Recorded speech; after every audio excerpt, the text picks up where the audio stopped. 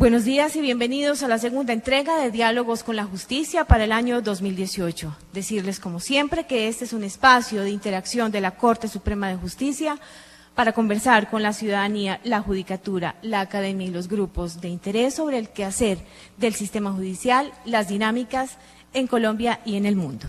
Realizamos esta transmisión desde el Palacio de Justicia de la ciudad de Bogotá.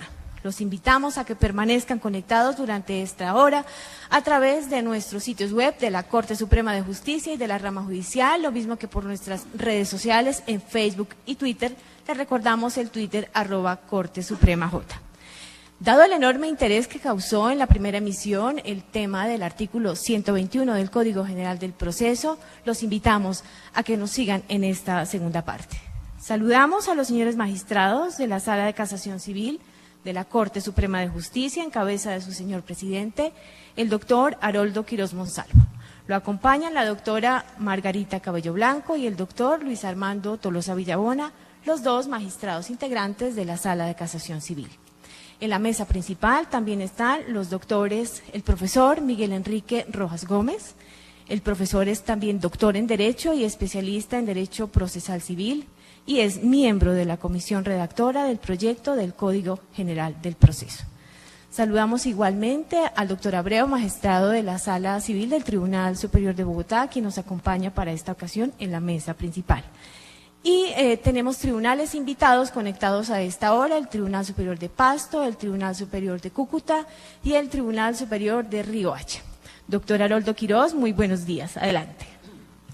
Buenos días a todos nuestros magistrados en el país, a nuestros jueces, a la academia, a los abogados y a todos los que nos siguen a esta hora en los diálogos de la Corte, en lo que tiene que ver con los temas de la jurisprudencia.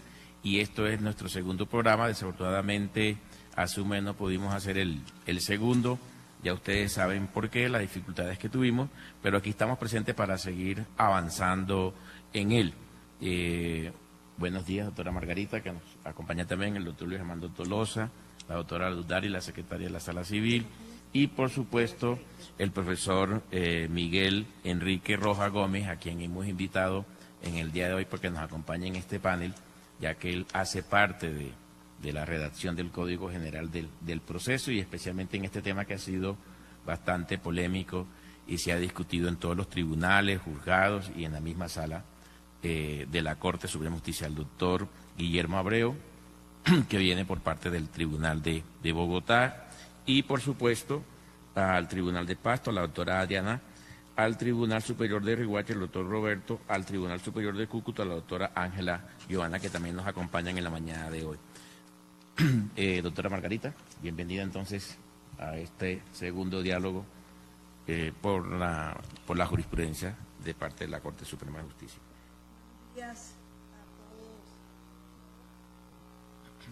Buenos días a todos y a todos mis compañeros de la mesa, doctor Luis Armando Tolosa, mi compañero, doctor Haroldo Quirós, nuestro querido presidente de la Sala Civil de la Corte Suprema de Justicia, al profesor Miguel, le damos la bienvenida y agradecemos que haya aceptado invitarnos, no solo a nombre de la Corte, sino de toda la rama judicial del país, que está vía streaming recibiéndolo y ávido de oír sus opiniones y sus comentarios en ese sentido. De igual manera al doctor Guillermo Abreu, magistrado del Tribunal Superior de Bogotá, quien también fue magistrado auxiliar mío. Le doy la bienvenida y le agradezco muchísimo, Guillermo, que nos acompañes en este evento. A los que están aquí en el auditorio, bienvenidos y gracias por acompañarnos. Hoy continuamos con este polémico e interesante debate sobre el artículo 121 del Código General del Proceso. Espero que sea de su agrado lo que hoy les traemos. Insisto y repito, como todos los meses, esto no es una imposición de tesis, sino simplemente la oportunidad en los diálogos para una apertura académica, en donde cada tribunal, dentro de su independencia y su autonomía, puede tomar la decisión acorde, de acuerdo a los parámetros legales y jurisprudenciales del caso. Simplemente queremos darles a conocer a todo el país lo que está haciendo la Corte, conceptos que son contradictorios, opiniones que a veces sirven para ilustrar y mejorar nuestra última finalidad, que no es otra que acceso eficiente y oportuno al ciudadano y cumplirles con la misión de aplicarle justicia. De igual manera le damos un saludo de bienvenida a la doctora Diana Remolina. Bienvenida, doctora, agradecemos. La doctora Diana es magistrada del Consejo Superior de la Judicatura, recién nombrada y muy interesada en todos los problemas de la rama, quien nos va a acompañar hoy también en estos diálogos. Le doy la palabra al doctor Haroldo para que siga con su orientación y dirección de los diálogos. Y nuevamente, gracias por seguir acompañándonos. Por supuesto, le damos la bienvenida a la doctora Diana Remolina a este segundo diálogo de la Corte con los diferentes tribunales del país y con los diferentes jueces y, por supuesto, con la academia y abogados. Doctor Luis Armando Tolosa tiene la palabra también para que dé la bienvenida. Muchas gracias, señor presidente de la Sala de Casación Civil, doctor Haroldo Quirós. Queremos saludar a todos los internautas, a todas las redes que están comunicándose con la Sala de Casación Civil y con este programa, a todos los oyentes, a los empleados, jueces, funcionarios de la rama, magistrados. Saludo especial aquí, muy caluroso para la doctora Diana Remolina, magistrada del Consejo Superior de la Judicatura, por tener la fineza de acercarse a este auditorio y sobre todo para que se entere lo que de la Sala de Casación Civil procuramos hacer para que la administración del proceso en términos ágiles pueda resolverse. Hoy tenemos un debate sobre oímos a los tribunales sobre el artículo 121, bienvenida para este programa, que el Consejo Superior de la Judicatura tiene mucho para aportar, para decidir, y es un actor en el 121 esencial frente a los problemas de este texto. A la doctora Margarita Cabello, por la presencia aquí, al profesor Miguel Enrique Rojas Gómez, estamos prestos a oír cuál fue el debate que hubo al interior de la comisión redactora sobre el 121, que son múltiples los problemas que despierta entre los tribunales y los jueces sobre estos términos acuciosos. Al doctor Abreu, quien viene a plantear aquí inconvenientes, problemas e inquietudes que tiene el Tribunal de Bogotá sobre el particular, a los magistrados de los tribunales que están hoy participando de Pasto, la doctora Adriana Castillo, al doctor Gabriel Ortiz Narváez, a la doctora Marcela Pérez Trujillo en Pasto, y en Riohacha el doctor Roberto Arevalo Carrascal, y en el Tribunal de Cúcuta a la doctora Joana Carreño Navas, siempre colaboradora en este programa. Gracias, doctor. Bienvenido, doctora Diana. Le damos la palabra también para que se pueda dirigir a todos nuestros magistrados en todo el país y a nuestros jueces para dar inicio pues a este segundo diálogo, especialmente que vamos a trabajar hoy, la nulidad del artículo 121 del Código General del Proceso. Doctor Haroldo Quirós, muchas gracias. Doctora Margarita Cabello, doctor Tolosa, profesor Miguel Rojas, todos aquí presentes y a los magistrados que están acompañándonos desde los tribunales, pues muchas gracias por esta invitación. Como ustedes señalan, estamos en el Consejo Superior de la Judicatura muy interesados en conocer estas problemáticas, en particular esta del artículo 121 nos llama mucho la atención por las implicaciones que pudiera tener y por el papel que el Consejo mismo podría tener en esta materia. Les agradezco mucho que me hayan invitado, es un honor para mí estar acompañándolos y espero que no sea tampoco la última vez. Muchísimas gracias. Doctor Miguel Rojas, este programa lo llevamos a cabo cada mes con el reto de estar muy cerca de nuestros magistrados y jueces en relación pues con todo el desarrollo jurisprudencial que viene produciendo la Sala Civil. Uno de los temas al cual hemos querido invitarte en el día de hoy tiene que ver con el artículo 121 del Código General del Proceso.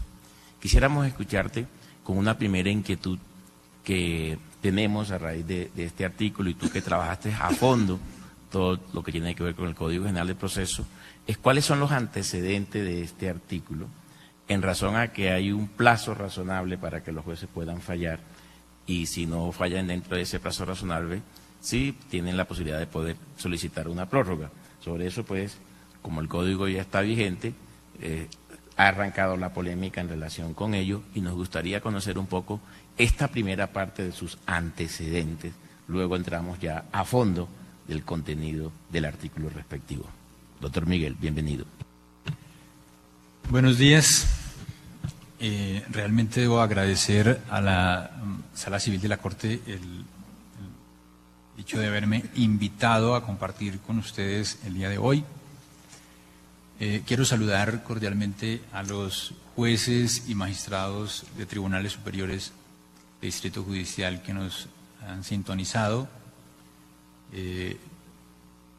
Realmente tengo una profunda admiración por los servidores judiciales, y sea esta la oportunidad para manifestársela. Pues vamos al grano. Doctor Haroldo,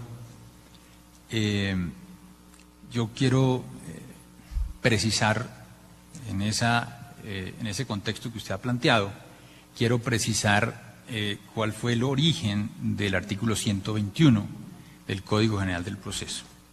Y para eso debo recordar que este artículo, como otras normas anteriores a ella, estuvo inspirado en la presencia de un estado de cosas evidentemente inconstitucional en la relación de los asociados con el sistema judicial. La experiencia evidenció la excesiva lentitud en el trámite de muchos pleitos civiles y mostró que la velocidad dependía principalmente del carácter del titular de un despacho judicial que estaba a cargo de un pleito, pues en juzgados con idénticas características e idénticas competencias, la duración de los procesos era notablemente distinta. Por ejemplo, mientras en la primera instancia de un proceso podía tardar 1 año en un juzgado civil del circuito, otro proceso de iguales características podía demorar 10 años en otro juzgado del circuito, incluso cuando se tramitara en la misma ciudad. Esa situación impedía la realización de 2 derechos fundamentales. En primer lugar, el derecho al debido proceso de duración razonable, contemplado en el artículo 29 de la Constitución. Y en segundo lugar, el derecho a la igualdad de trato por parte de las autoridades judiciales, contemplado en el artículo 13 de la Constitución. Eso vale la pena recordarlo. Como correlato de esos derechos, es preciso destacar 2 obligaciones a cargo del Estado. La primera, la de asegurar a todos los asociados un debido proceso de duración razonable. Y sobre ese tópico realmente se ha dicho bastante. En ese contexto se recuerdan múltiples pronunciamientos de la Corte Interamericana de Derechos Humanos y del Tribunal Europeo de Derechos Humanos. Y en el ámbito interno se conocen varios pronunciamientos de la Corte Constitucional. Sin embargo, hay que reconocer que esos pronunciamientos son pobres y tímidos, porque los tribunales internacionales han sido reacios a proponer un lapso racionalmente aceptable para el trámite de un proceso, y en lugar de eso han echado mano de un criterio arbitrario que ellos han denominado análisis global del procedimiento, pero que jamás han explicado en qué consiste eso. No obstante, con fundamento en ese caprichoso criterio, los tribunales internacionales han reprochado que el trámite de un proceso dure más de 3 años desde la formulación de la demanda hasta la sentencia definitiva. Pues bien, a diferencia de ese criterio arbitrario que han mantenido los tribunales internacionales, el legislador colombiano tuvo la audacia de precisar el tiempo que puede durar cada instancia en el proceso civil. Desde luego, siempre que el ritmo del proceso, el ritmo de la confrontación, esté bajo el control del Estado. De manera que en tanto el proceso caiga exclusivamente bajo el control del Estado, es su responsabilidad llevarlo a feliz término en un tiempo razonable y asegurar de esa manera la oportuna definición. El doctor Aroldo recuerda el esfuerzo que hicimos en este sentido en el año 2005, cuando estábamos elaborando el Código de Infancia y Adolescencia. Y bueno, pues ese fue quizás el primer antecedente que se dio en la legislación colombiana en cuanto a asegurar no solamente tiempo razonable, sino además asegurar igualdad de trato por los servidores judiciales o por el sistema judicial a los ciudadanos colombianos.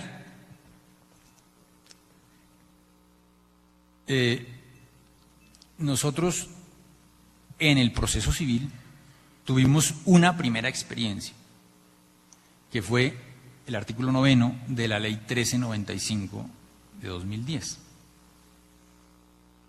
En esa disposición el legislador estableció un término para la tramitación de cada una de las instancias y además planteó o dispuso que al vencimiento de ese término, sin haber pronunciado la sentencia, debía declararse o reconocerse la pérdida de competencia del despacho judicial correspondiente para que fuera resuelto el caso por un juez diferente.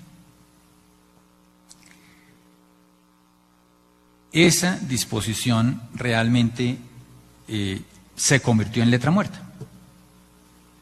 Y se convirtió en letra muerta principalmente porque, valga decirlo, el Consejo Superior de la Judicatura prefirió ignorarlo y, en lugar de aplicarlo, propagar la idea de que la disposición no estaba vigente.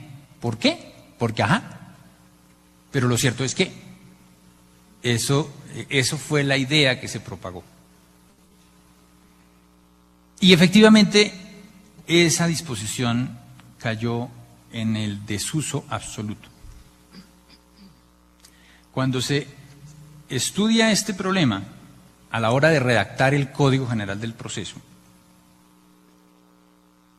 se quiso evitar que la norma del Código General del Proceso corriera el mismo riesgo que corrió el artículo 9 de la Ley 1395 de 2010.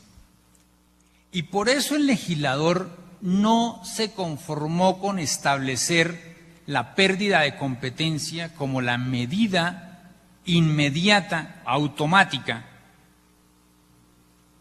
al vencimiento del término, sino que estableció una consecuencia inequívoca: la nulidad de toda actuación que se realizara por el operador judicial después de vencer el término. Pero a sabiendas de que el régimen de nulidades es flexible y que el régimen de nulidades ordinario, de nulidades procesales, suele ser motivo de matices por los operadores judiciales, el legislador quiso ser un poco más enfático y darle un trato especial que solo un fenómeno había tenido en el régimen procesal. Y por eso acudió a la expresión nulidad de pleno derecho. Esa calificación de esa nulidad de pleno derecho se venía manejando desde el 91 con la Constitución en el artículo 29 de la Constitución. El artículo 29 habla de una nulidad de pleno derecho y la experiencia forense ha demostrado que nadie cuestionaba o nadie había cuestionado los alcances de la nulidad de pleno derecho contemplada en el artículo 29 de la Constitución. Y si ese había sido el tratamiento, pues significa que la expresión nulidad de pleno derecho tiene un significado inequívoco en el contexto de la comunidad jurídica colombiana y especialmente en la jurisprudencia nacional. Por eso se acudió a esa expresión para dejar absolutamente claro, dejar el mensaje inequívoco de que cualquier actuación que realizara el juez después de la pérdida de competencia devendría inválida, indefectiblemente, para acabar con la ilusión de que a pesar de haber vencido el término se podría realizar actuaciones y que quizás posteriormente se podría legitimar. No, el solo hecho de que se diga nulidad de pleno derecho pues acaba con esa ilusión. Y la idea siempre fue disuadir al juez de seguir trabajando en unas actuaciones que de entrada sabe inválidas. Por eso, la utilización de esa expresión fue así de categórica. Y si uno se pregunta ¿qué frecuencia tiene esto en la práctica? La pérdida de competencia. Pues realmente la experiencia lo que ha mostrado es un dato bastante amable. Y es que es excepcional. Los jueces poco pierden competencia. En la gran mayoría de los casos, los jueces han resuelto los pleitos, las instancias correspondientes, en el tiempo establecido en la ley.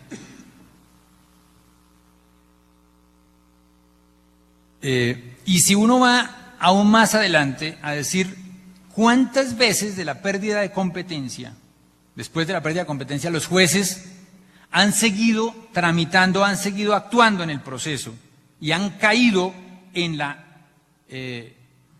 causal de nulidad absoluta establecida en la ley, encuentra aún una conclusión aún más halagadora, y es que eso ha sido aún más excepcional.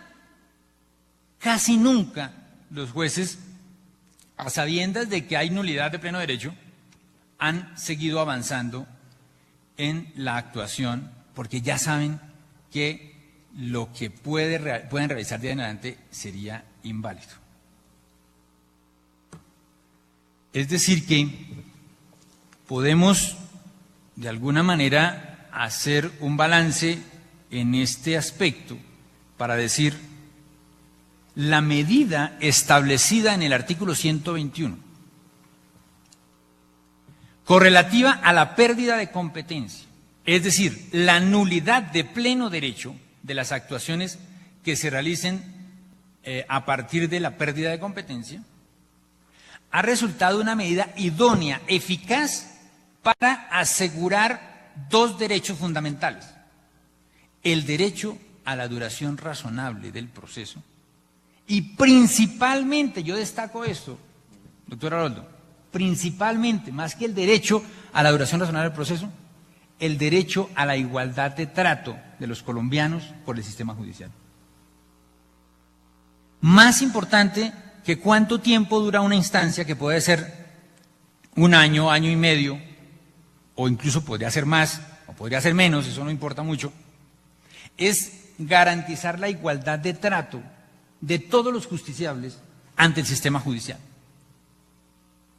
Que no se tengan en cuenta características personales ni características especiales de un despacho judicial para resolver oportunamente los pleitos que se atienden por el sistema de justicia y especialmente por los jueces del área civil y los que les son afines, como el derecho de familia.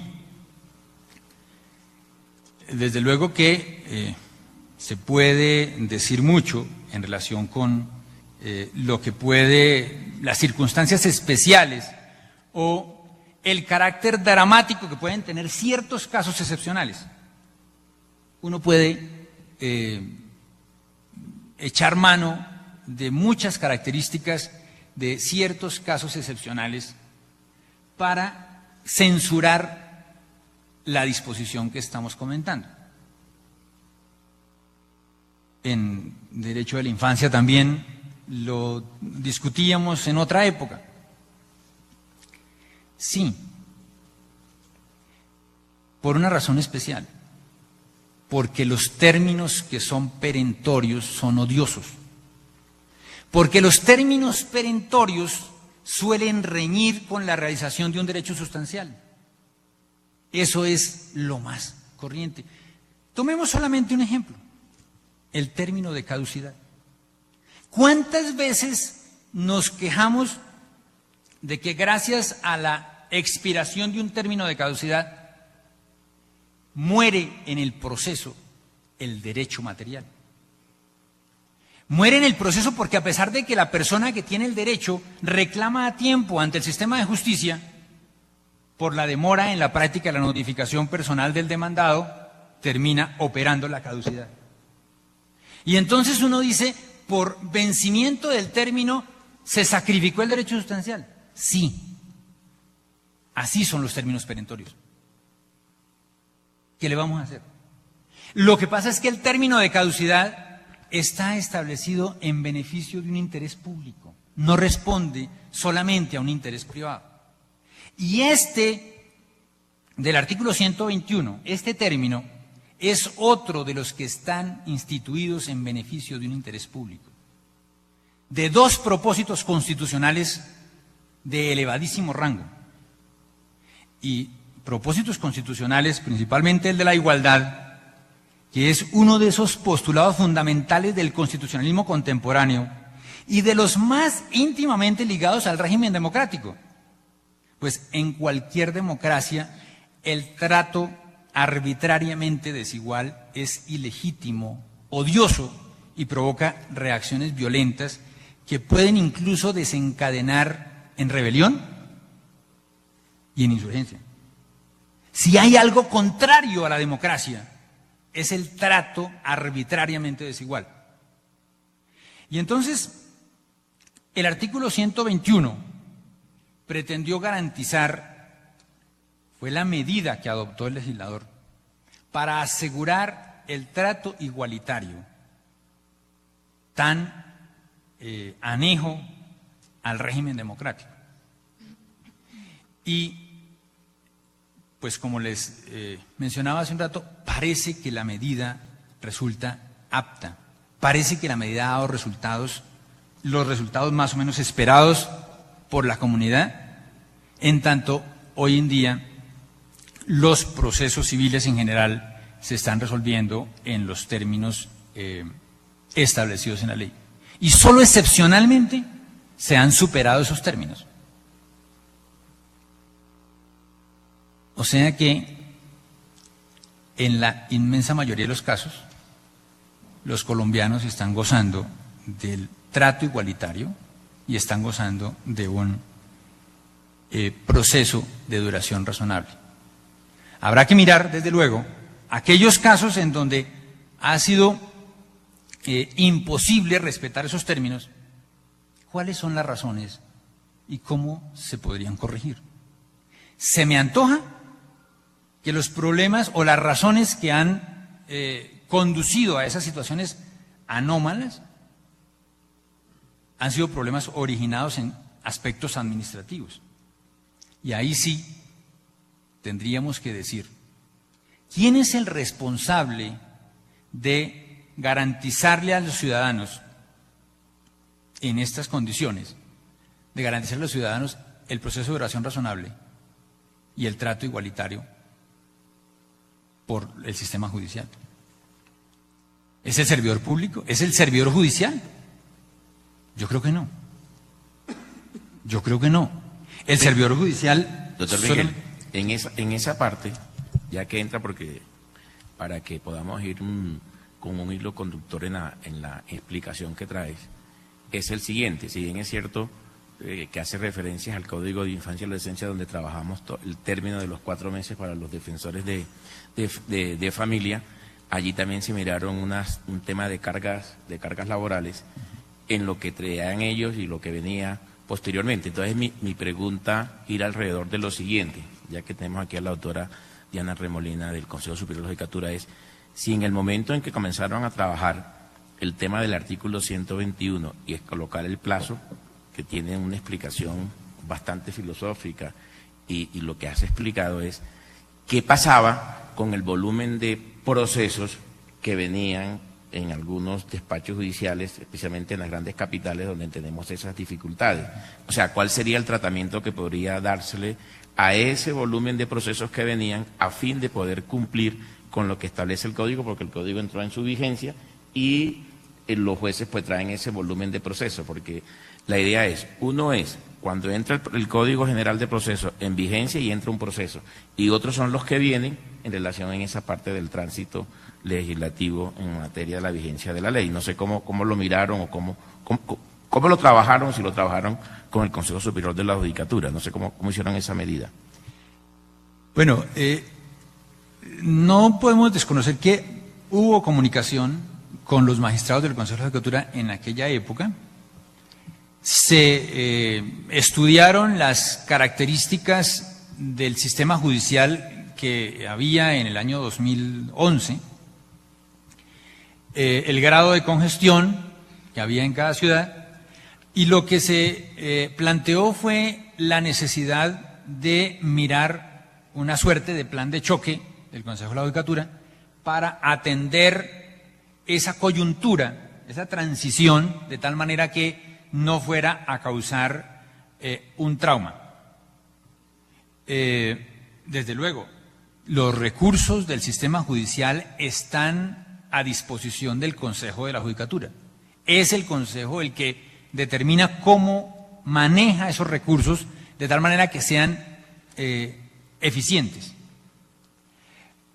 No comprendimos, francamente,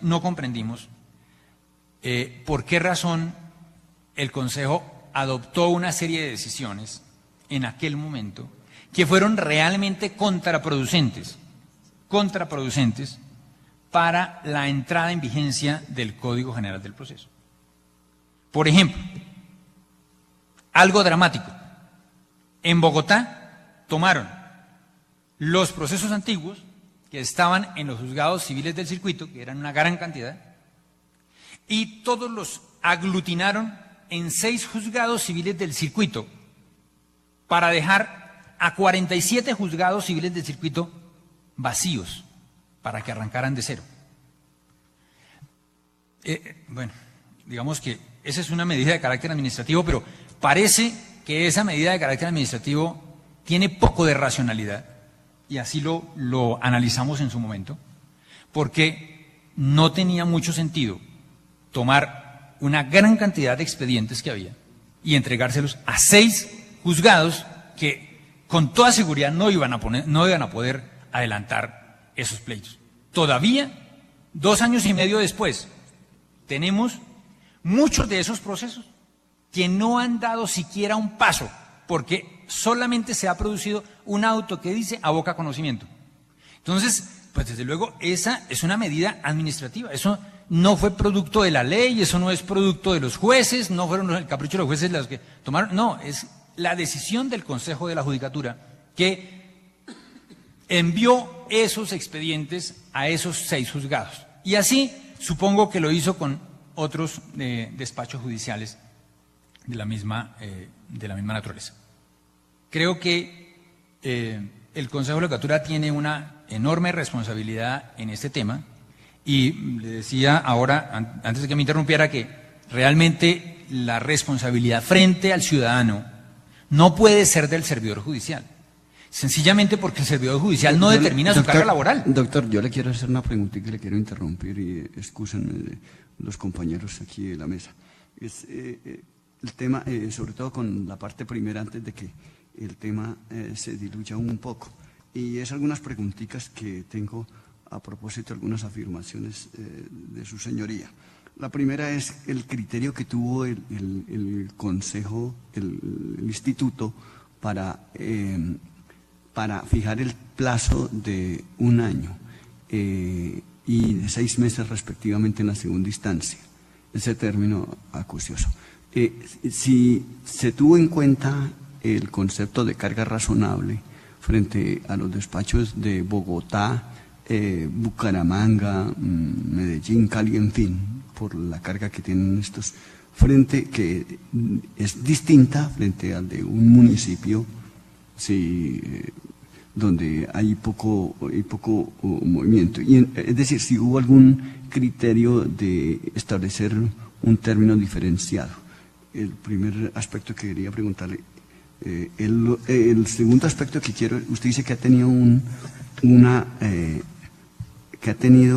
una recepción halagüeña, el 121. En verdad es necesario, es un tema de política pública resolver prontamente los conflictos.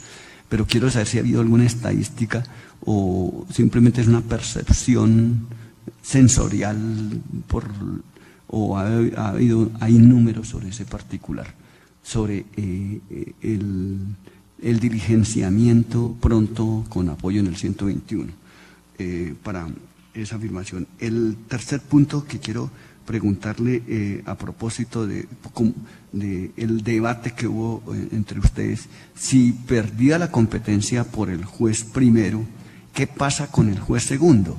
Si el juez segundo puede, a juicio del debate que hubo allá, si el juez segundo puede prorrogar o no la competencia, porque perdía la competencia por el juez primero, automáticamente pasaría al juez segundo. Entonces, si el juez segundo también puede utilizar el término y sucesivamente así el juez tercero, y entonces el proceso no va a terminar, o cuál fue la medida sobre ese particular. Bueno.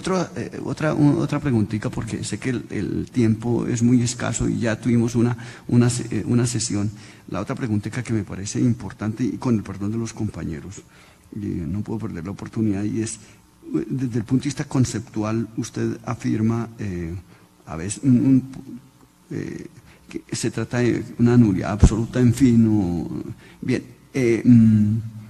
Yo quiero señalar, dentro de la esquemática que traen ustedes en el código y que recoge el Código de Procedimiento Civil, hablamos de las nulidades saneables y no saneables. Entonces, entiendo que apostó el redactor por una nulidad no saneable, ¿sí? Por una nulidad no saneable, ¿sí? Es decir, pero al mismo tiempo, ¿cómo vieron la expresión que trae el legislador en los códigos sustanciales por ejemplo, en el ámbito mercantil y algunas inferencias que podemos hacer del Código Civil, de calificar algunos fenómenos análogos a los que están allí en el 121 de pleno derecho, en cuanto que automáticamente el negocio, por ejemplo, es en la ineficacia, por ejemplo, de los negocios mercantiles, que de pleno, sin necesidad de declaración judicial. Entonces, que es una categoría que difiere un tanto de la nulidad saneable y de la nulidad no saneable, al margen del problema de si es absoluta o relativa, que es más bien, en mi criterio, de los negocios, del negocio jurídico en el ámbito sustancial, y me parece que si es saneable o no en el proceso frente al particular. Otra inquietud que tengo es, a propósito de su afirmación, es con relación al equiparamiento de esta nulidad con el artículo 20, de esta aparentemente, porque de nulidad de pleno derecho, porque no está dentro de las taxativas, el equiparamiento de esta nulidad con el artículo 29 de la Constitución, entendiendo que la estructura que está allí y luego el examen de constitucionalidad que hubo giró en torno a la nulidad de la prueba, y entonces el punto salta, es esquivo frente al tratamiento de las nulidades de acá, que son frente al trámite y al rito, y que estaríamos en dos niveles distintos. O sea, si el redactor allá en el debate dijo, No, busquemos el tema de la prueba y entonces y que da lugar, por ejemplo, al tema de la exclusión de la prueba, sí, del juicio. Pero como aquí nos encontramos con un trámite y el trámite sigue persistiendo, entonces, ¿cómo se ve ese asunto desde el punto de vista conceptual allí? ¿Si fue allí o simplemente buscando? Y finalmente, frente a la ocurrencia de la situación, sí, dice, automáticamente perderá la competencia, pero si se mira como una nulidad, creería que entonces el juez necesita una declaración judicial o el que lo recibe invalidando lo que haya actuado por fuera de la competencia, cosa que no requeriría si fuera de pleno derecho. Sí, entonces, sí, tengo algunas otras preguntitas, pero puntúo ahí algunas de las inquietudes. Okay. Gracias, doctor Armando. ¿Por qué un año? Miren, cuando nosotros establecimos en la ley 1395, esa ley también, ustedes saben que en buena medida se incubó en el seno del Instituto Colombiano de Derecho Procesal, se dijo un año y se dijo 6 meses a partir de consultas que se hicieron con jueces y magistrados.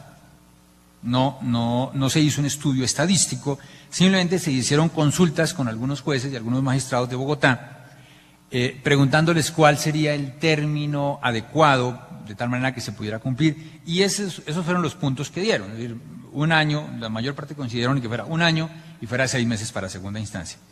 Con la experiencia de la 1395, quienes quisieron cumplir los términos en esa época, tuvieron ciertas quejas y entonces dijeron, mire, eso está muy bien el término de un año y está muy bien el término de 6 meses, pero es que se presentan situaciones excepcionales que impiden que el juez de primera instancia resuelva en un año o que impiden que el magistrado resuelva en 6 meses. ¿Por qué razón? Porque, por ejemplo, el juez, el titular del juzgado, estuvo enfermo durante 3 meses y terminó apareciendo un nuevo funcionario a última hora y él llegó cuando faltaba un mes para cumplirse el año.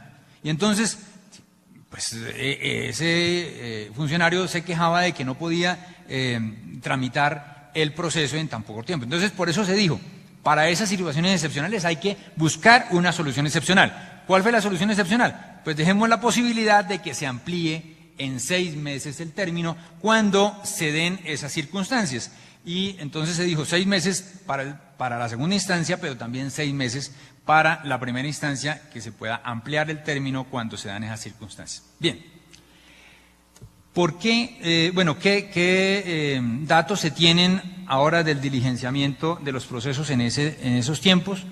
Realmente hemos escuchado opiniones de distritos judiciales. De hecho, en la anterior reunión escuchábamos al Distrito Judicial de Buga y al Distrito Judicial de Tunja, y ellos, los magistrados que estaban allí, también, así como muchos otros, nos han manifestado que la pérdida de competencia, el vencimiento del término para tramitar la instancia ha sido excepcional. En la mayor parte de los casos y en una mayor parte muy grande, los jueces están resolviendo en los términos establecidos en el artículo 121. Me preguntaba usted acerca de qué pasa con el juez a quien le entregan el pleito, a quien le entregan el expediente después de haber perdido competencia el primero. Realmente la ley solamente estableció la pérdida de competencia para el primero, no estableció la pérdida de competencia para el segundo. Es decir, no hay una disposición en el artículo 121 que diga que el segundo juez tiene tanto tiempo y que al vencimiento de ese tiempo pierde competencia. Eso no lo dice el artículo. El artículo solamente lo dice para el primer juez. ¿Por qué razón? Porque se supone que ese caso en que pierde competencia un juez y pasa a otro juez, eso es excepcional. Y ese segundo juez, a quien le llega el asunto por pérdida de competencia del primero, pues debe darle privilegio, como lo indica también el mismo artículo, que tiene un término apenas de 6 meses, debe darle privilegio. Pero si la ley hubiera establecido otra pérdida de competencia, la rotación sería una cosa horrible que nadie toleraría, porque quedaríamos más o menos como en el paseo de la muerte que pasa en las EPS. Entonces, trasteo de expedientes de juzgado en juzgado. Por eso no se puso la pérdida de competencia para el segundo juez. El segundo juez no pierde competencia. El segundo juez debe darle prioridad a ese caso. Pero, pues si no alcanza a resolverlo en los 6 meses, pues podrá resolverlo después. Solo que si lo hace por negligencia, puede tener un problema disciplinario.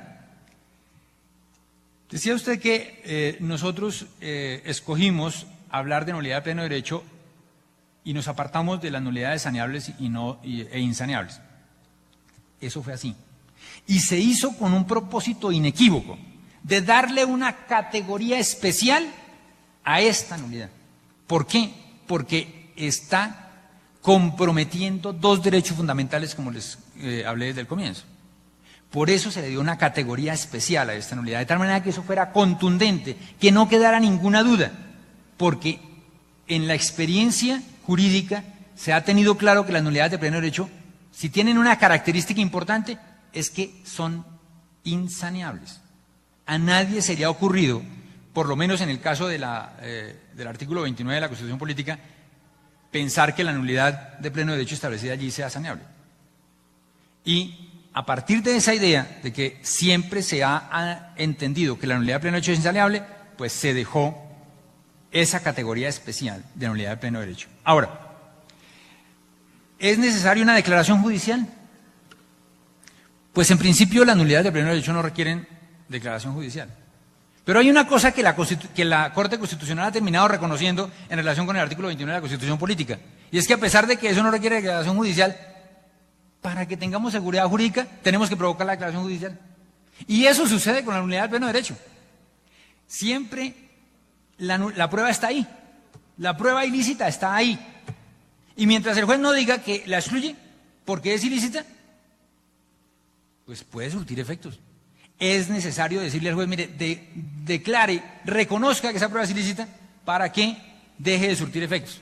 Entonces, el discurso de la nulidad del pleno derecho, que no requiere declaración judicial, pues es simplemente para darle tranquilidad al ciudadano, decirle, eso de todas maneras es nulo. Pero para seguridad jurídica es necesario siempre provocar un pronunciamiento judicial. Y se me perdió la otra pregunta del doctor Tolosa. Que si nosotros habíamos decidido darle una categoría especial, y sí, efectivamente, decidimos, eso fue una decisión inequívoca, darle una categoría especial a esa nulidad. Margarita también tiene algunas inquietudes que tienen que ver con este artículo 121. Tiene la palabra, doctora Margarita. Bueno, ya en el diálogo pasado había planteado mi posición, que era indudablemente una aclaración de voto en una acción de tutela, donde manifestaba mi concepto en el sentido de que la nulidad era de pleno derecho y no necesitaba saneamiento, no podía equipararse a las nulidades procesales, y que por lo tanto a la nulidad de pleno derecho no se le podían aplicar por extensión, por analogía, por interpretación, las reglas procesales que hablaban de las nulidades taxativas procesales. Sin embargo, doctor Miguel, hay tesis contrarias en el país, sobre todo partiendo de una gran problemática. Yo no sé hasta qué punto sea cierto el análisis que ustedes hacen, y seguramente desde el punto de vista formal es cierto, en el sentido de decir que ha resultado efectiva la norma, por cuanto que no hay muchos casos de declaratorias de nulidad de pleno derecho, o mejor, no hay muchos casos de incompetencias. Pero cuando ya nos vamos a la realidad práctica, que muchas veces la realidad práctica no es propiamente el supuesto de hecho de la norma, la realidad práctica es que esta norma tiene incluido una especie de sanción al exigir la información, y aquí, doctora Diana, le dejo para que después con calma, porque creo que esto va a durar más de un diálogo, va a tocar seguir, y es que es necesario informarle al Consejo Superior de la Judicatura. Abro un espacio entre paréntesis y yo le dejaría la pregunta a la doctora Diana: ¿cuántos funcionarios judiciales le han comunicado al Consejo Superior de la Judicatura que el proceso se resolvió fuera de tiempos? No lo van a hacer muchos. Esto es criterio personal y subjetivo, ni más faltaba, de mi experiencia como funcionaria judicial. Y además, tuve la oportunidad de discutirlo cuando fui presidente del Consejo de la Corte Suprema de Justicia, el Consejo Superior hizo un aditivo peligroso y preocupante, que fue que el no resolver los procesos a tiempo originaría posiblemente una disminución en el puntaje de la calificación. Eso lo discutimos mucho cuando yo fui presidenta en la Comisión Interinstitucional. No sé el año pasado cómo terminó esta discusión. Hechos reales que han originado que los jueces, por regla general, fallen fuera del tiempo y no pasa nada. Y esa es la problemática que nos tiene hoy aquí en toda esta discusión. Porque si los jueces pudieran haber acatado con tranquilidad la norma del 121 y una vez vencido el plazo del año o del año y medio, dependiendo de las circunstancias, y pudieran inmediatamente enviar el negocio al juzgado que sigue en turno, no estaríamos en este dolor de cabeza. Pero son innumerables las tutelas cuando, y cada día más porque se está notando más, cuando los abogados se dan cuenta de que el fallo le salió en contra, mientras el fallo es a favor, no ocurre nada. Cuando el fallo le sale en contra, el afectado con la decisión entra ahí sí a utilizar la figura porque es un código nuevo y están apenas haciéndose a conocimiento de las nuevas situaciones que les planteas para defender a su cliente y defender su caso. La visión que tiene la Corte es que son infinidad de las situaciones en que los jueces y los tribunales están fallando fuera de tiempo. Lo que pasa es que no están comunicando porque hay unas consecuencias adicionales peligrosas para el funcionario cuando está resolviendo el caso en estricto derecho y cumpliendo con la rapidez necesaria que le exige el Consejo Superior y que él como un funcionario probo quiere hacer. Lo que pasa es que el tema de cargas judiciales, de cargas procesales, no se ha cumplido. Esto origina a su vez que el segundo juez deje en contra de esos derechos fundamentales protegidos por la buena intención de la creación de la norma y entonces el proceso duerme una especie de sueño eterno, de una latencia en el segundo juzgado, porque el segundo juez está corriendo también con cumplir los plazos de sus procesos en su juzgado y no va a coger de primero o a tomar de primero el que le enviaron, por cuanto que para él es más importante los suyos que se le vencen, que hay nulidad de pleno derecho, disminución de calificación y comunicación al Consejo Superior, que resolver que si no lo resuelven 6 meses no pasa absolutamente nada. Entonces, la problemática es que la congestión en muchos despachos judiciales les impide y están fallándolo de esa manera. Entonces, la situación fáctica real que está pasando no es la misma situación fáctica planteada en la norma y que podría hacer notar en las grandes ciudades, lógicamente, esta problemática de que sí se está fallando a tiempo. Y de ahí el discurrir permanente de las tutelas en que han llegado a la Corte en donde todos están fallando fuera de tiempo, pero nada están diciendo, ¿correcto? Eso es un punto entonces que tiene que ver con el tema de la comunicación al Consejo Superior y con el tema de la rebaja de la calificación, que confieso, no sé en qué terminó la problemática. En mi momento nosotros pedimos la suspensión de esas decisiones por cuanto que nos parecían aberrantes para los funcionarios judiciales. Entonces, no sé cuántos lo han hecho. Ahora, yo lo oí, que me parece interesante porque estoy viendo la función, que habían aspectos de carácter administrativo que dilataban el proceso, que podrían tener que estudió el instituto, podrían tener un trato diferente. No sé si no fue que no lo dejamos y lo interrumpimos, o es que hay algunas excepciones a esa posibilidad de la nulidad de pleno derecho. Sería la segunda pregunta para no dilatar mucho, porque ya veo que no hemos oído a los magistrados del Tribunal de Bogotá en sus posiciones y muchas otras preocupaciones que hay al respecto, y que, repito, las preguntas solo van orientadas a nuestro interés en saber las razones de la fuente por la cual nació la norma, para saber después cómo se pueden ir resolviendo la serie de controversias que se nos están presentando a diario en nuestra rama judicial. Yo quisiera que escucháramos las experiencias, profesor Miguel, de los diferentes tribunales que nos acompañan en la mañana de hoy. Sé que vamos para un tercer programa del 121, no sé cuánto vamos a llevar a cabo, pero la idea es que quede claro lo que tiene que ver con el 121, porque realmente está afectando todo lo que tiene que ver con la Administración de Justicia y sobre todo el tema de las decisiones.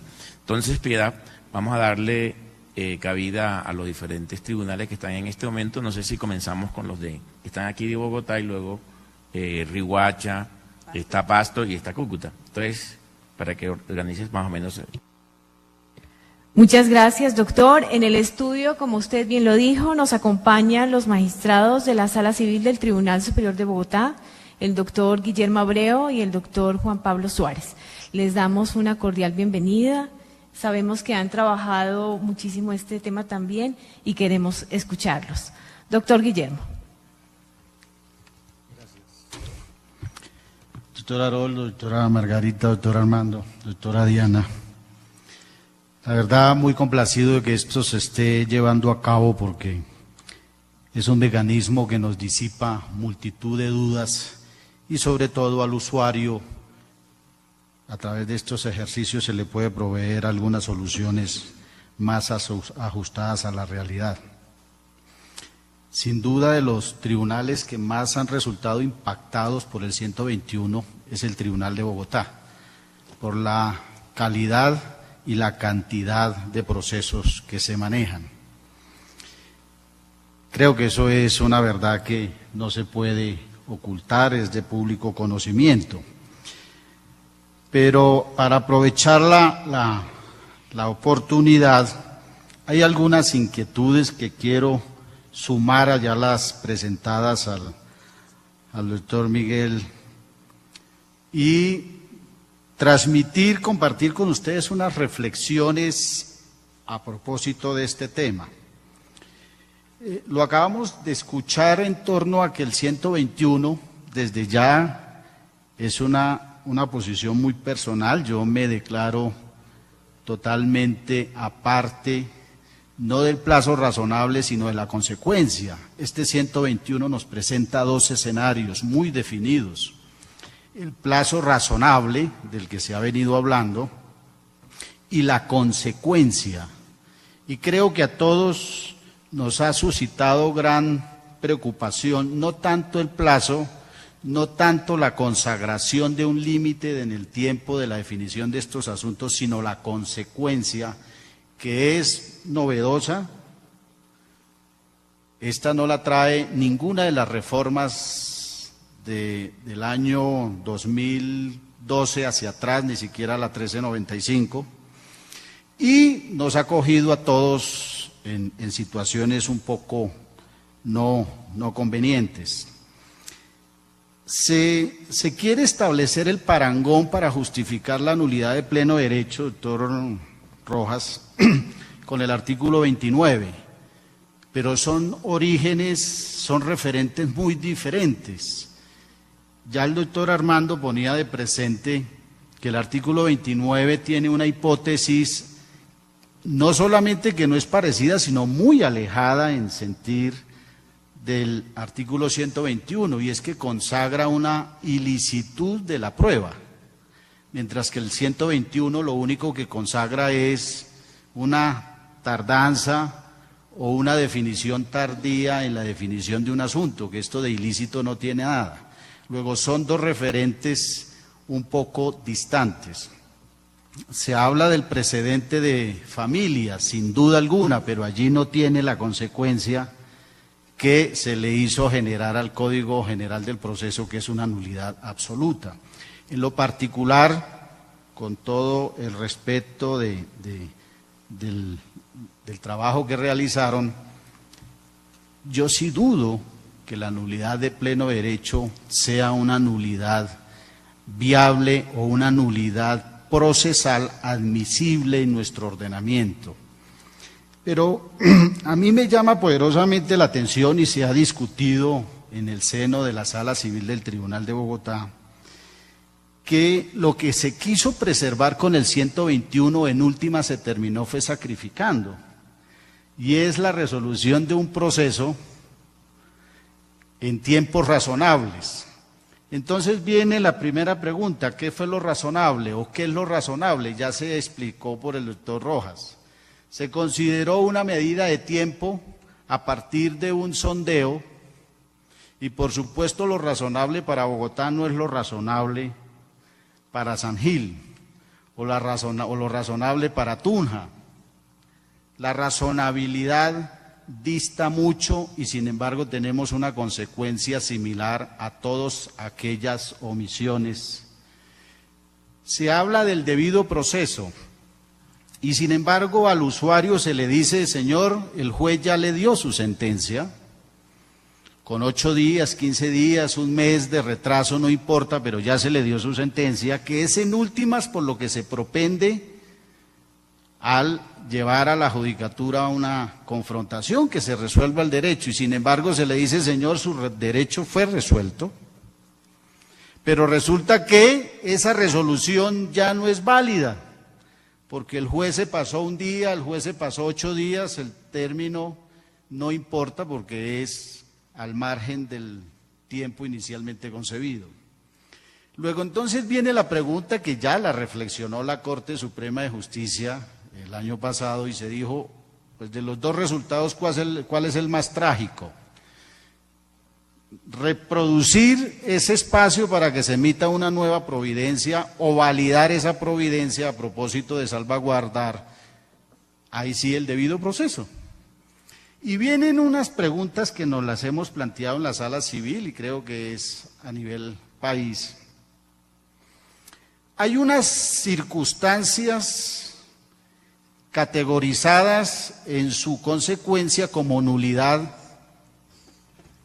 de incluso mayor jerarquía y sin embargo la nulidad no es de tal contundencia. Por ejemplo, se dice que si el juez civil tramita un asunto administrativo es válido.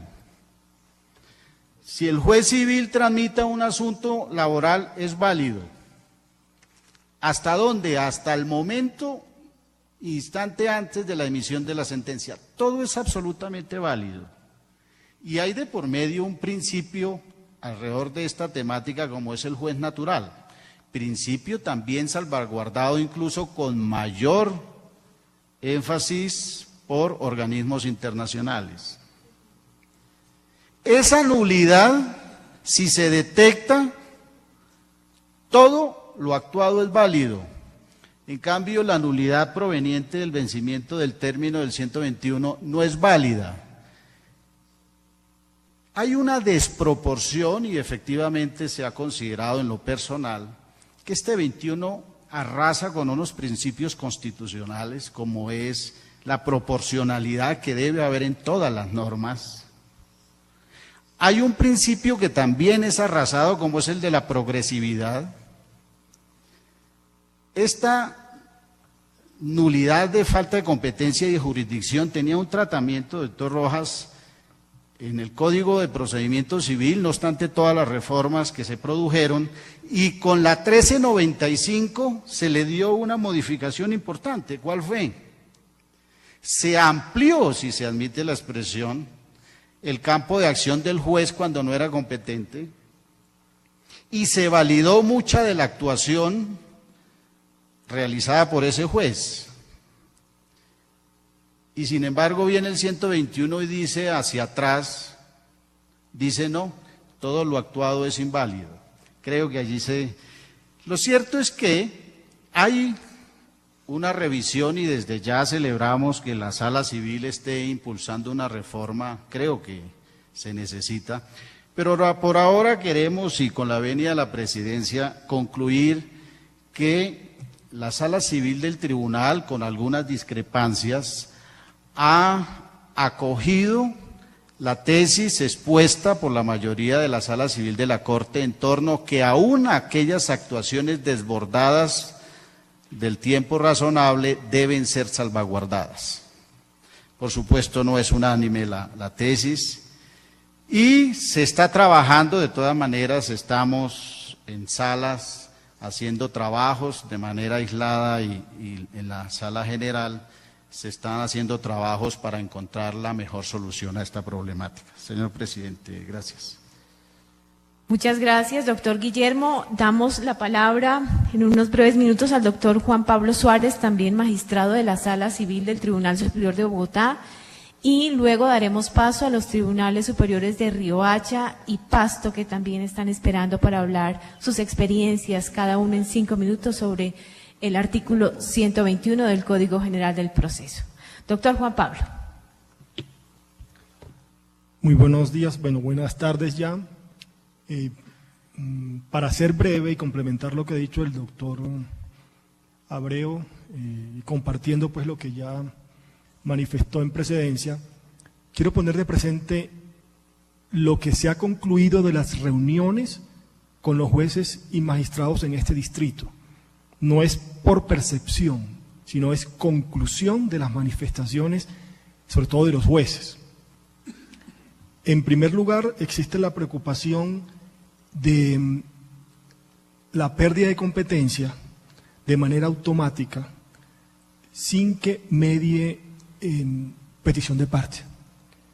Porque los jueces perciben que en ciertos eventos, en ciertos casos, las partes prefieren que se les resuelva el conflicto y que no se torne un carrusel y que pase al juez siguiente y que eso dilata más la solución de la controversia. En eso existe preocupación de los jueces. En segundo lugar, también ven con preocupación los jueces cuando al perder competencia, enviar al juez que le sigue en turno los procesos, sin que medie reparto.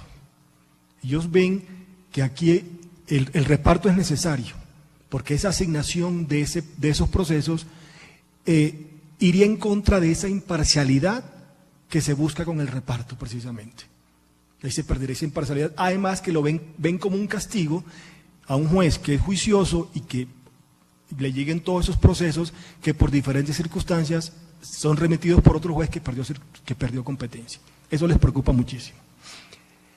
También otra preocupación que les asiste y que nos asiste es quién debe declarar esa nulidad. El doctor Miguel manifestó que hay que declararla, pero si el juez perdió competencia sobre ese asunto, es posible que declare esa nulidad, porque aquí no es una declaratoria de falta de competencia, sino no soy competente y anulo. ¿Es eso posible? En todas las reuniones se ha planteado estas preocupaciones. Dejo así pues resumido las... Muchas gracias, doctor Juan Pablo Suárez, y al doctor Guillermo Abreu, magistrados de la Sala Civil del Tribunal Superior de Bogotá, por acompañarnos y por estar muy interesados en este tema. Vamos a dar paso al doctor Roberto Arévalo en el Tribunal Superior de Riohacha. Doctor, buenas tardes y cuéntenos quién lo acompaña y en 5 minutos su experiencia sobre el tema de hoy. Adelante, doctor. Buenas tardes, doctora Piedad y los demás compañeros de los distintos tribunales, al igual que el magistrado el doctor Aroldo Quiroz, la doctora Margarita Cabello, el doctor Armando Tolosa, el doctor Miguel, y el profesor doctor Miguel Enrique Rojas y demás personas que nos escuchan. Acá en la sala, pues, lo cierto es que no hemos tenido ningún caso para plantearlo con excepción de un recurso de apelación que se interpuso y después posteriormente se generó una súplica, pero no tuvo tampoco mayores consecuencias para que se fuera a una acción de tutela. Sin embargo, pues siempre se han visto algunas situaciones que nos preocupan. Hay casos donde los mismos abogados no quieren que se declare incompetente el juez, amén de ser pues, una norma de orden público y que las partes y los jueces no pueden entrar a modificarlas. Sin embargo, las legislaciones se hacen generalmente para las ciudades grandes, más no para las ciudades pequeñas y apartadas del territorio.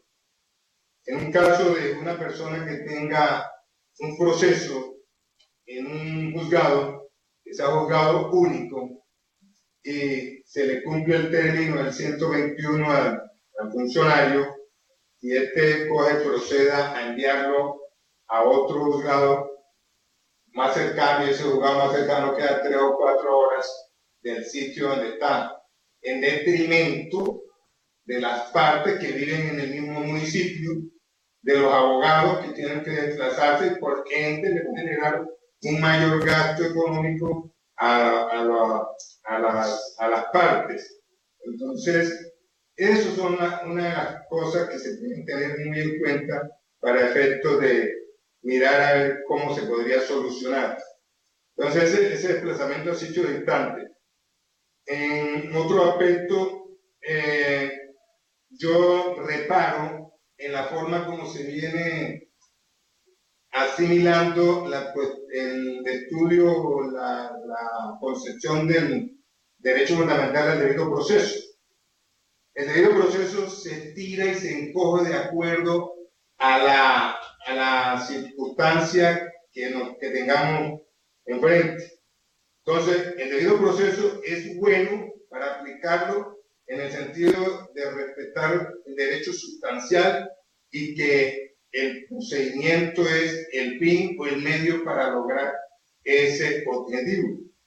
Sin embargo, lo vemos que también se encoge cuando entramos a analizar el plazo razonable que, amén de haberse proferido una decisión, como decía el compañero de Bogotá, una decisión tenga que recurrirse a una situación de decisión de una nulidad de pleno derecho, siendo más nociva para las partes en el proceso, porque en vez de acortar la duración del mismo, se va a prolongar, tal como lo explicó la doctora Margarita también, cuando hizo su intervención, se va a prolongar en el tiempo la decisión, porque no va a haber prelación por parte de quien lo acoge. Entonces, ¿cómo se tira y cómo se encuentra el debido proceso? El principio del debido proceso, el derecho fundamental del debido proceso. Hay otras situaciones también, las prácticas dilatorias de los abogados con la consabida justificación del derecho de defensa y del debido proceso. O sea, ahí se está estirando nuevamente, donde todo se recurre, amén de ser diligente el juez, en muchas ocasiones se le sale de las manos cuando hay abogados de esta estirpe que pueden y buscan por todos los medios dilatar el proceso hasta agotarlo. Hay otras situaciones también, jueces que le temen a determinados procesos y se agachan para conocerlos esperando que venza el año para coger y chutárselos al vecino. Situaciones también de lo que se estaba planteando en aspectos de índole administrativo, vuelve y gracias a los procesos de filiación extramatrimonial, cuando se plantea la necesidad, obligatoriedad de la prueba de ADN, cuando el demandante o el demandado evade la práctica de la prueba, generalmente el demandado, la práctica de la prueba, y aún ni siquiera con la orden de conducción se logra obtener su comparecencia y se va más allá de lo permitido por el código. La otra, las consecuencias desproporcionadas que se implementaron en el artículo 121 para los jueces y magistrados que no cumplan el mandato del término establecido en la norma. Ello conlleva a que los procesos en ocasiones se fallen como se encuentren para evitar precisamente esas consecuencias. Y ahí hay una negación de justicia. Si un proceso no se ritúa de la manera, mejor dicho, a plenitud, que sea completo para decidirlo, va a ser una decisión coja, una decisión que va a tener inconvenientes. O sea, ahí va a haber una negación de justicia, porque una justicia media no va a ser justicia. Por otro lado, también la situación retomando la situación de las consecuencias que se pueden generar a raíz del incumplimiento del término. O sea, yo lo veo un poco irracional en el sentido, o desproporcionado en el sentido de que los jueces tenemos una calificación por rendimiento, por calidad y por organización. Entonces, es muy difícil pensar o admitir que haya un juez que se agache o que esté pendiente de no trabajar, dormirse en el despacho para no hacer nada, cuando lo mantiene en el puesto la calificación por rendimiento sumada a la calidad y organización. Entonces, a mí me parece que, como lo planteó la misma doctora Margarita, son situaciones que exceden la razonabilidad de las condiciones que existen y pueden generar unas situaciones que se mantienen muy al margen de lo que estamos viendo. No sé si alguno de los compañeros querrá hacer alguna complementación sobre el particular. ¿Todos? Un saludo especial para la mesa, básicamente para compendiar lo expresado por el compañero Roberto. Creo que en la judicatura se asimiló que este punto ha sido reformado, por decirlo de alguna manera, a la colombiana, y que dentro de esto fue muy puntual la observación que hizo el señor magistrado Luis Armando Tolosa, en el sentido que hay una equiparación sobre la consecuencia y que hay, digamos, de alguna manera está forzada esa equiparación, porque no es lo mismo hablar de la ilicitud de la prueba a aplicarle la misma consecuencia por el incumplimiento de un término. Desde luego que en ciudades pequeñas e intermedias no se siente el rigor y la espada de Damocles del término. Nomás basta comparar que no es la misma situación de los señores magistrados y jueces de Barranquilla, para no salirnos de la zona. Pero hay un punto importante, y es que desafortunadamente el Consejo Superior de la Judicatura, en lugar de ejercer su potestad reglamentaria para aumentar el número de plazas, para especializar los despachos, para establecer cargas razonables, ha olvidado y únicamente ejerce su potestad reglamentaria en pro del incumplimiento del término y para aplicar las respectivas medidas a quienes están en curso. Desde luego que, como en toda organización, hay personas que no tienen dificultad, hay otras que pues llevan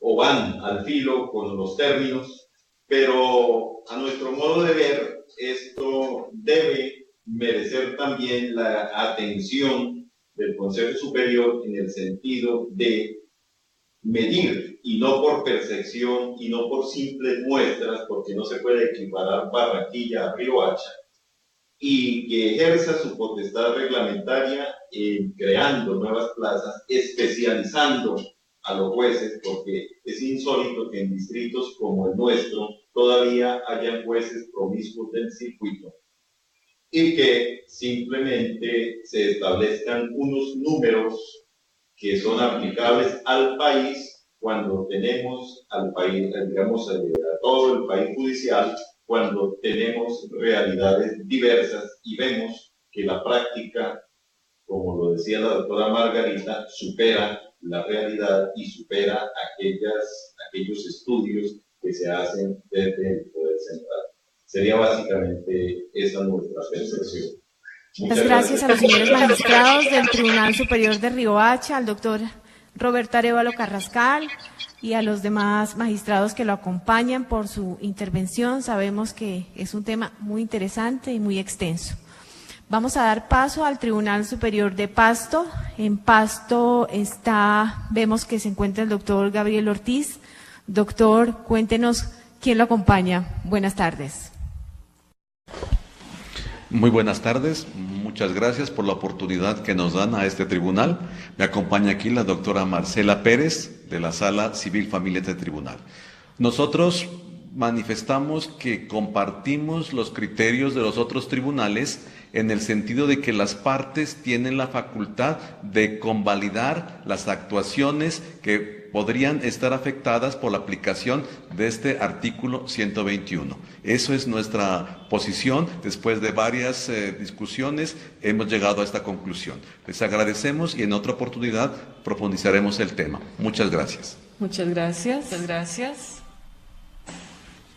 Muchas gracias, doctor Gabriel Ortiz, en el Tribunal Superior de Pasto. Bueno, regresamos a estudio para concluir esta segunda emisión de Diálogos con la Justicia, pero teniendo en cuenta, señores magistrados e invitados especiales, de lo importante que es este artículo 121 para la comunidad jurídica del país, les informamos que en nuestro próximo diálogo vamos a hacer la tercera entrega del tema y va a ser el 5 de junio. Doctor Haroldo. Doctor Miguel, de todas maneras, para que en estos 5 minutos que nos hacen falta pueda redondear algunas ideas gruesas, y haríamos lo siguiente: continuamos con el programa, ¿sí?, para el próximo 5 de junio, ¿sí?, a la misma hora, con el objeto de poder seguir trabajando el tema. Me parece, las inquietudes han sido muchísimas y esto es como una caja de Pandora, ¿sí? Cada día sale más y más preguntas. Entonces, mi invitación es, redondeamos algunas ideas gruesas y te invito a que algunos puntos los podamos trabajar en un tercer programa sobre este artículo. Gracias, doctor Haroldo. Sí, yo realmente quiero hacer aclaración de una cosa que me parece sumamente importante y que surgió aquí con lo que dijo la doctora Margarita.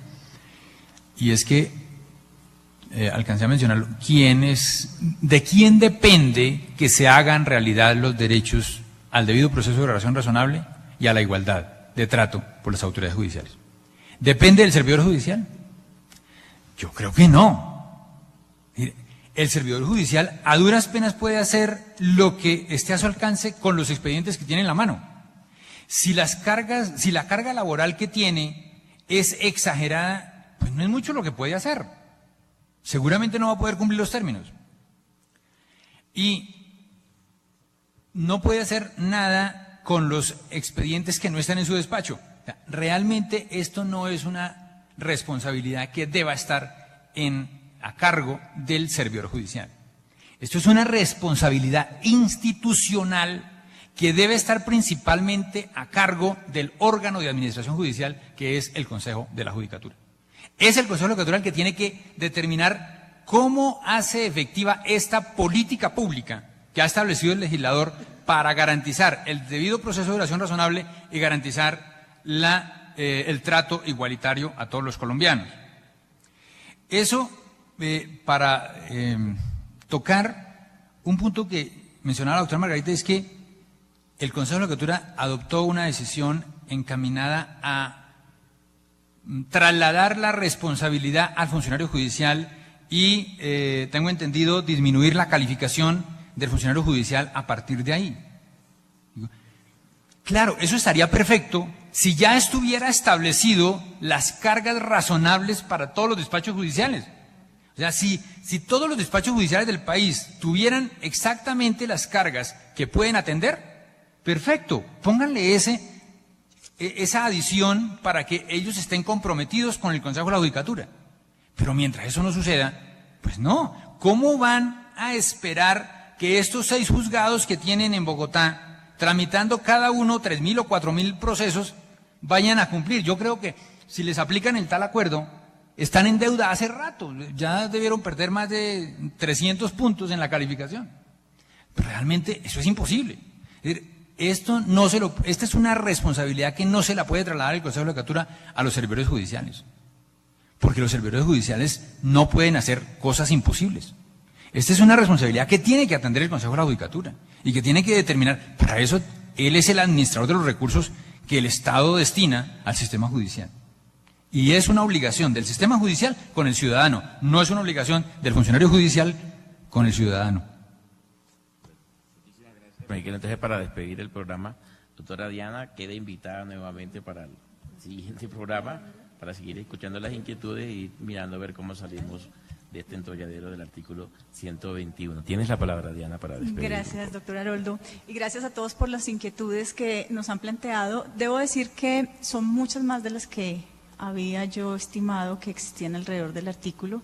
Les agradezco mucho que me hayan invitado. Les pediría que me excusen si ahora no me pronuncio sobre cada una de ellas, porque sé que no tenemos el tiempo y creo que esto amerita una exposición un poco más profunda sobre el asunto. Solo quisiera decir que el Consejo Superior de la Judicatura sí está revisando el tema. Algunas de las inquietudes que ustedes han tratado, el Consejo ya las abordó y se están discutiendo, revisando sobre todo la información que tenemos hasta la fecha sobre el tema. Solamente como en términos gruesos, digamos, para decir si el artículo 121 se está cumpliendo o no, uno diría que en términos generales el índice de evacuación parcial de la jurisdicción ordinaria se acerca, es alto, es un porcentaje alto, entonces uno diría, parece que sí, según las estadísticas los términos se están cumpliendo. Pero si se está reportando o no esa pérdida de competencia, pues las cifras son cifras que se acercan tal vez a los 1000 casos, poquito más de 1000 casos, y las calificaciones que yo he visto o los reportes que tengo de informes de calificación por este tema son de 5 en un año, de manera que diríamos que no se está cumpliendo todo el mecanismo de atención al 121, de sanción, de calificación, de traslados, etcétera. Y creo que son todos puntos que tendremos que abordar seguramente con el concurso de todos ustedes y que, si me permiten, pues tendríamos que empezar a estudiar para que en la próxima sesión podamos tener una información un poco más concreta. Muchas gracias. Gracias, doctora Diana. Doctor Luis Armando Tolosa. Simplemente queremos agradecerle a todos los jueces y funcionarios que han estado atentos, y a los cibernautas, y especialmente al doctor Miguel Rojas y a la honorable magistrada del Consejo Superior de la Judicatura, y por supuesto a los compañeros y magistrados del Tribunal de Bogotá y otros tribunales. Buena tarde para todos. Doctora Margarita. El tema indudablemente es candente y tiene muchas aristas. Nosotros hemos propuesto que de pronto el Consejo Superior estudie la posibilidad de un equipo de jueces y magistrados itinerantes, cuando se pueda analizar las cargas de cada despacho. Seguramente las grandes ciudades son las que tienen más problemas con esta aplicación del 121, y la posibilidad de un grupo de jueces y magistrados itinerantes que serían quienes resolvieran el incumplimiento justo por parte de los jueces de ese año, de ese tiempo. Sería una buena idea, es una simple proposición que se hace, jueces que rotarían por todo el país y no sería muy costoso. De todos modos, otra de las intenciones es aplicarlo a rajatabla, y le confieso, doctora Diana, que lo hemos pensado, y aplicado a rajatabla el 121 por toda la rama judicial, el dolor de cabeza para el Consejo Superior sería grandísimo, porque serían inmensos los casos que llegarían allá y tendrían que apresurar la decisión en ese sentido. No lo hemos hecho, pero es un pensamiento en el sentido de empujar un poquito a que el Consejo Superior, lo confesamos, tome la medida, porque ahí está el problema, ya sea descongestionar o ya sea el de buscar solución. Algo hay que hacer de todos modos. Mil gracias por escucharnos, y gracias al doctor Haroldo por seguir liderándolo, lo mismo que al doctor Miguel y a los magistrados del Consejo Superior. Además, a nuestra querida amiga, a quien le damos la bienvenida, a la doctora Diana en el Consejo, que nos da tranquilidad y seguridad de que vamos a seguir avanzando en bien de la justicia y en bien del país.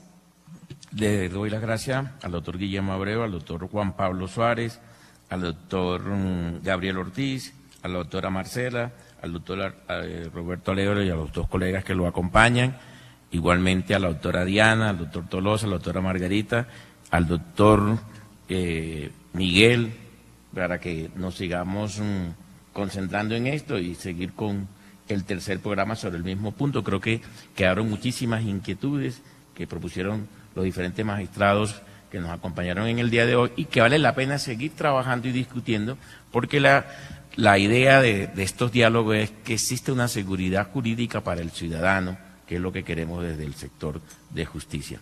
Piedad, entonces, invitamos para que el próximo 5 de junio el doctor Miguel y la doctora Diana nos vuelvan a acompañar nuevamente en el programa para seguir trabajando sobre estos aspectos.